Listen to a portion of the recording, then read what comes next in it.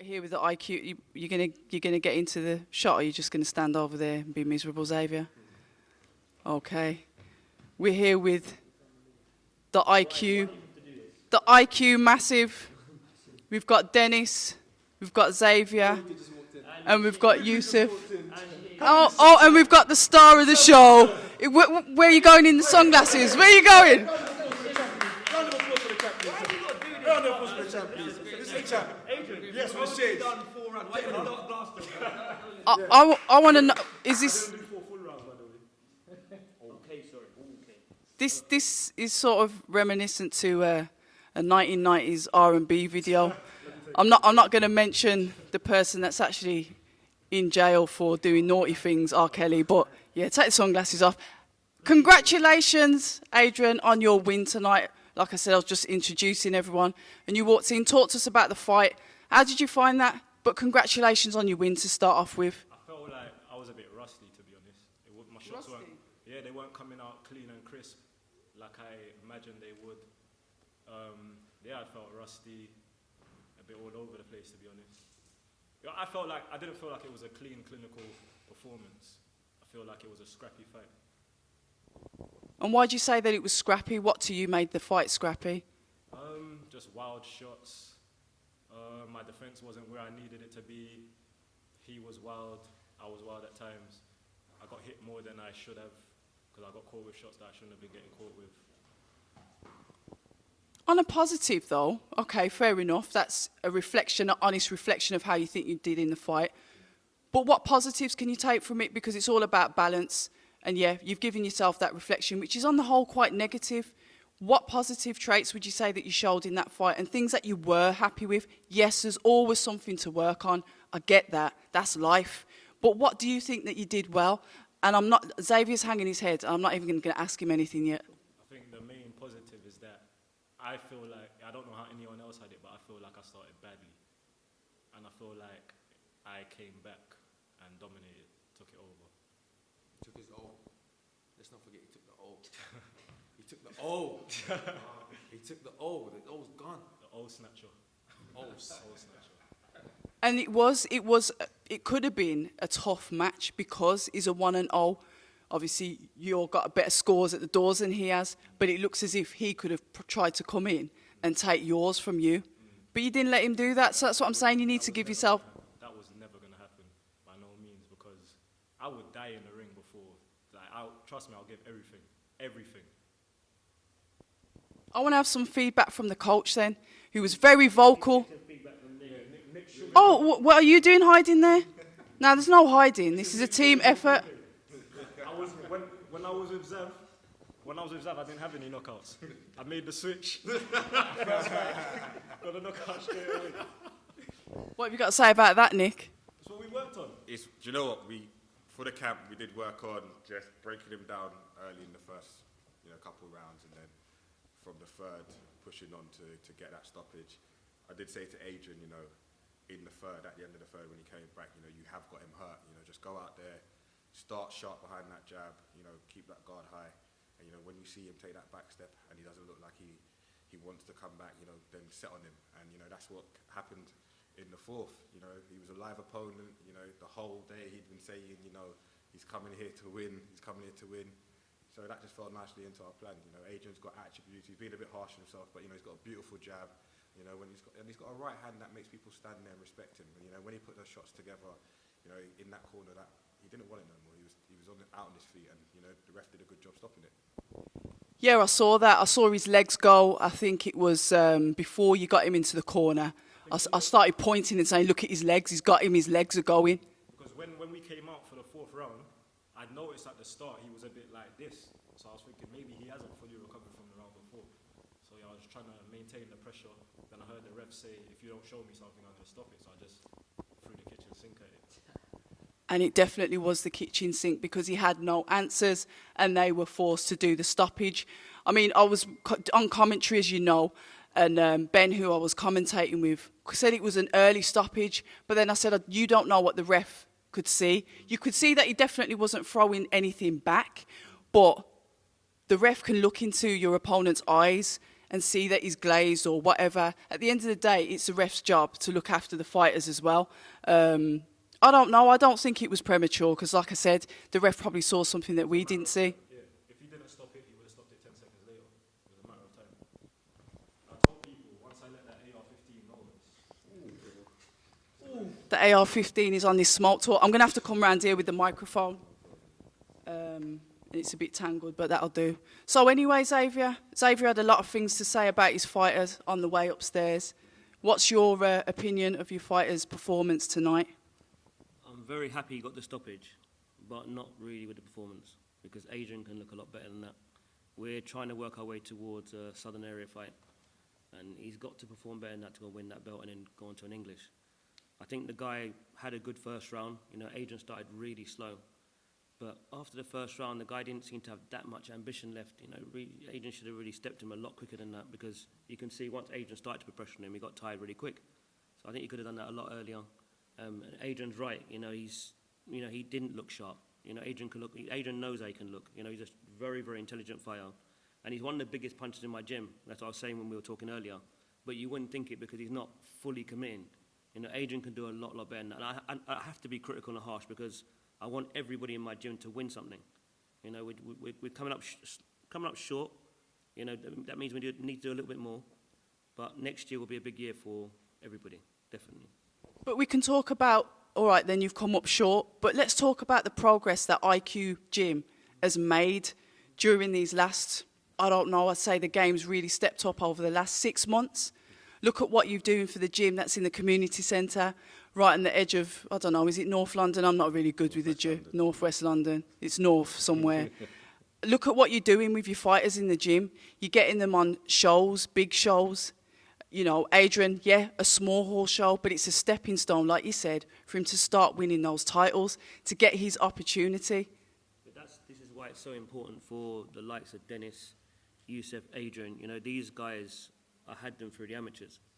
You know, they're a product of my gym. You know, the next generation coming up are watching them. You know, there's a lot of pressure on these guys because, you know, they're like heroes in my gym because the other guys are young. You know, they haven't had a chance to win anything in the amateurs or box on TV. So they're looking to them.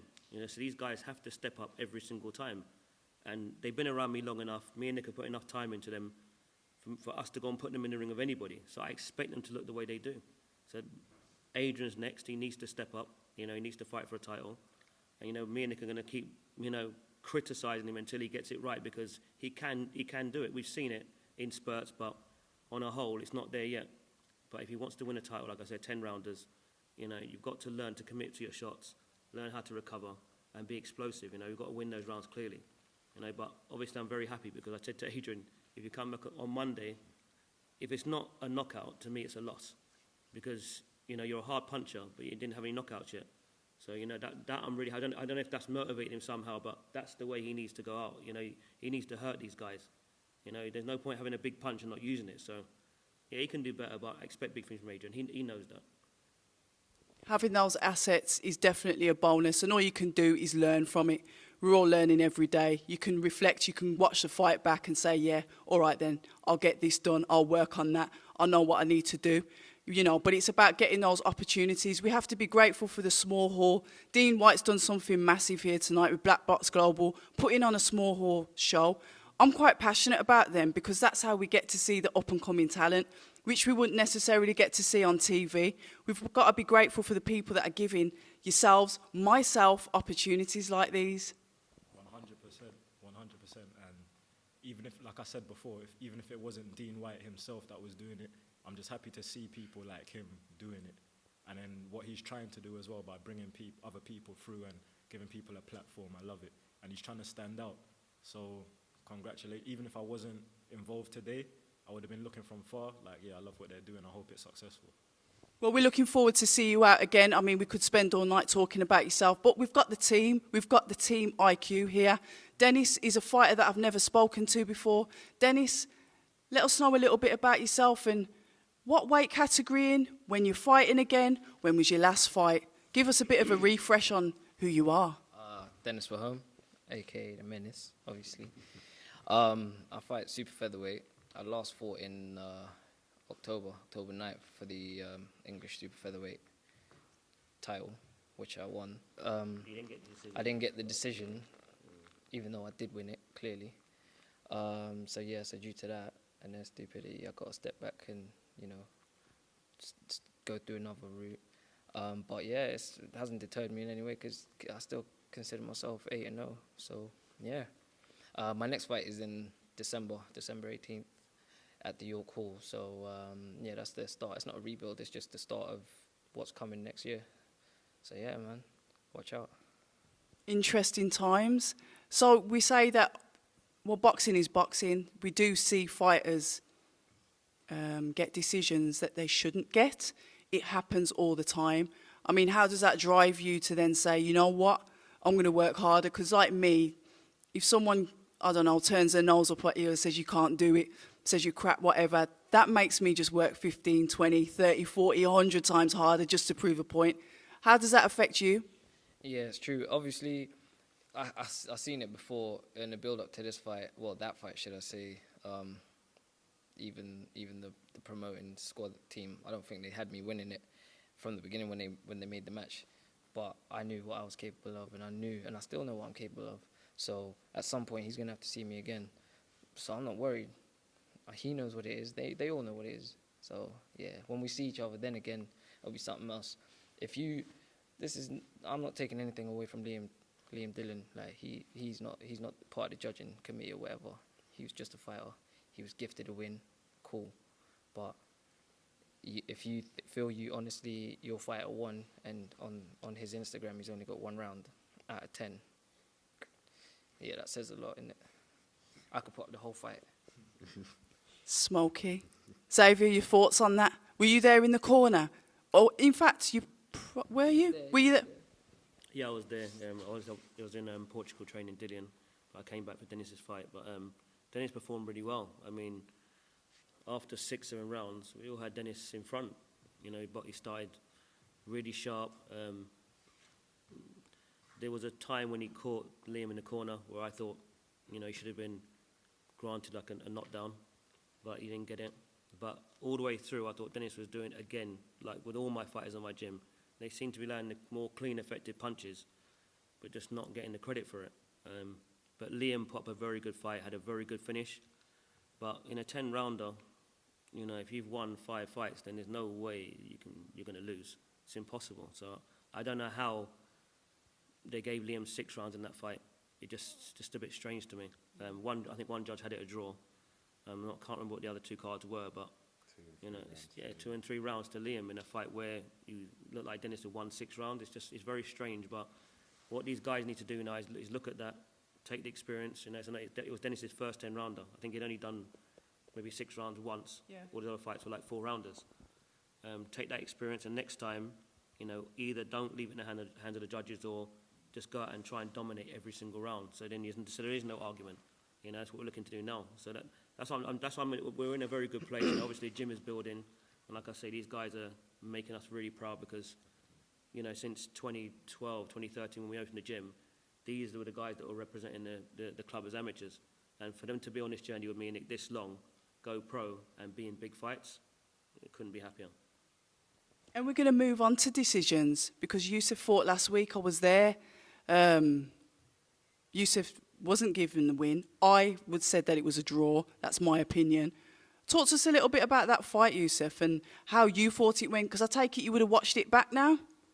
Yeah, I watched the fight back, and just thinking about me and my career. When am I ever in a boring fight? Never.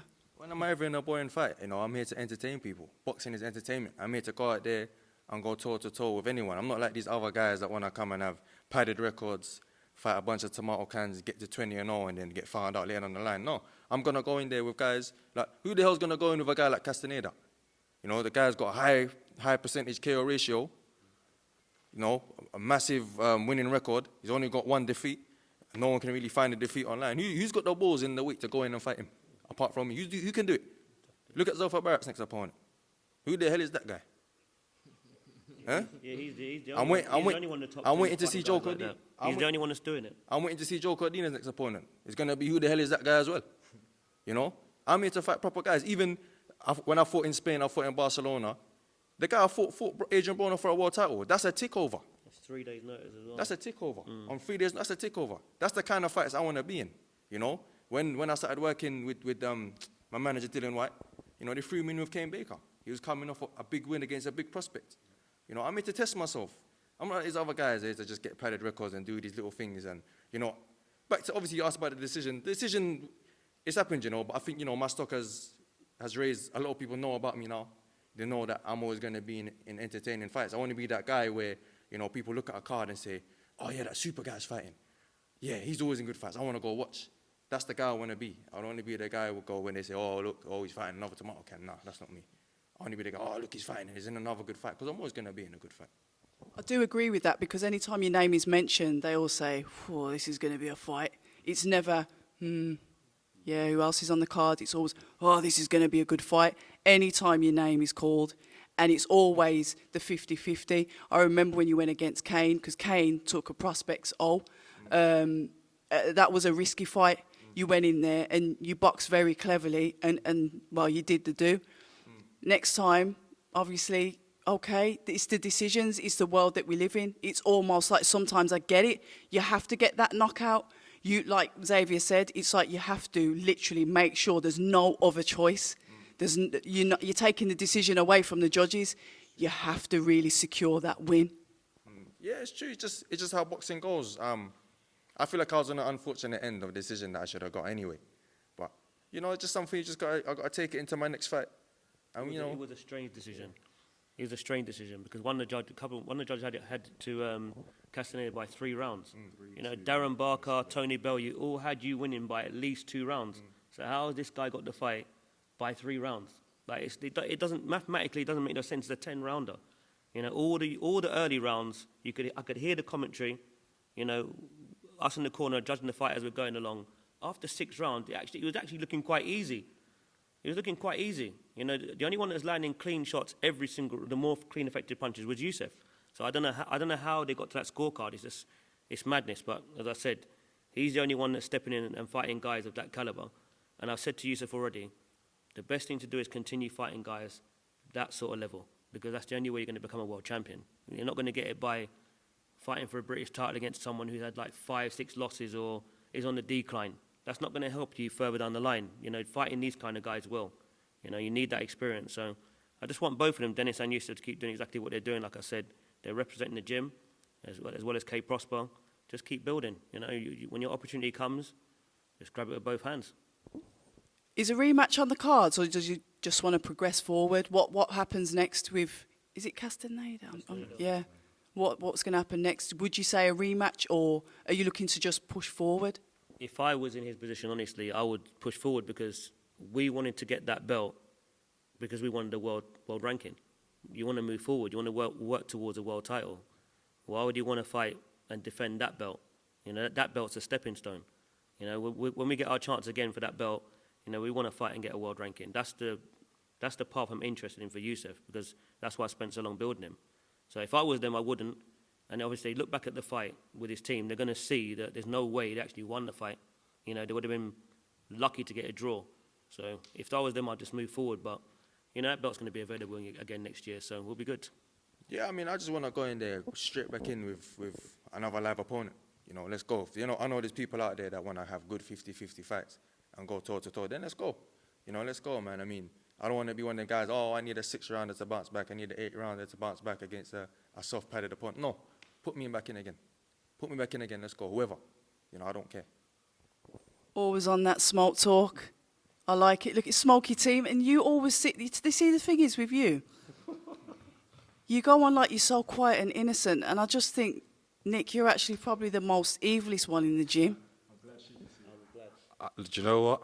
Yeah. I'm telling the truth, yeah. Silent assassin.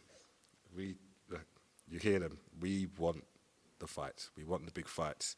You know, Dennis has just gone in for an English. You know, we're going in again for another title. Youssef's just gone in and had a live opponent. We want another one. Adrian's just had a live opponent. We'll go again. We're not here to just be around. We're not here just to make up the numbers. We're here to make a statement and do stuff. You know, when me and Zav opened the gym, we said, look, we want to build champions, and that's what we're doing from the amateurs up all the way to professionals. So, you know, they embody what me and Zav say every day. You know, whoever it is, whoever you are, whatever belt you have, we're coming for you. So whatever way it is, keep fighting your tomato cans and your padded records, but you're going to have to come against someone at IQ one day. And when you come, you know you're going to be in for a fight. And it's only so long decisions can save you, because sooner or later, you know, we're just going to take out the judges' hands. And that is it, you know. It's not smoky talk or whatever, it's just statements we're going to make, you know. We're here to win stuff, and it's that simple. Awesome. Any final words from anybody else? Because I sort of felt like you made me feel like I was one of the judges then. Like he was going to jump on me. But any final words? Just a quick note on Liam, because for some reason he seems to think I don't like him. Listen, I think he's a very, very good fighter. I mean, he's pushed both my fighters to the limit. You know, I just don't think that he got the win, but doesn't mean I don't respect him. Shout out to Liam's you know? last round. But he is a good fighter, and he's in this mix. You know, we need good super featherweights to fight each other to make good fights. And that's why the people come out and pay their money. You know, so I'm glad he's there. I'm glad the others are there. And listen, you know, when we're ready, we'll go again. October Red Boxing here with Team IQ, Nick, Dennis, Xavier, Youssef and Adrian. Congratulations, and yeah, no doubt I'll speak to you soon. Still undefeated. Hi, and thank you for watching October Red Boxing. Like, subscribe, and tap the bell for notifications. You can also find us on Instagram at October Red Boxing and on Twitter, October Red UK. And remember, at October Red, we stay ready.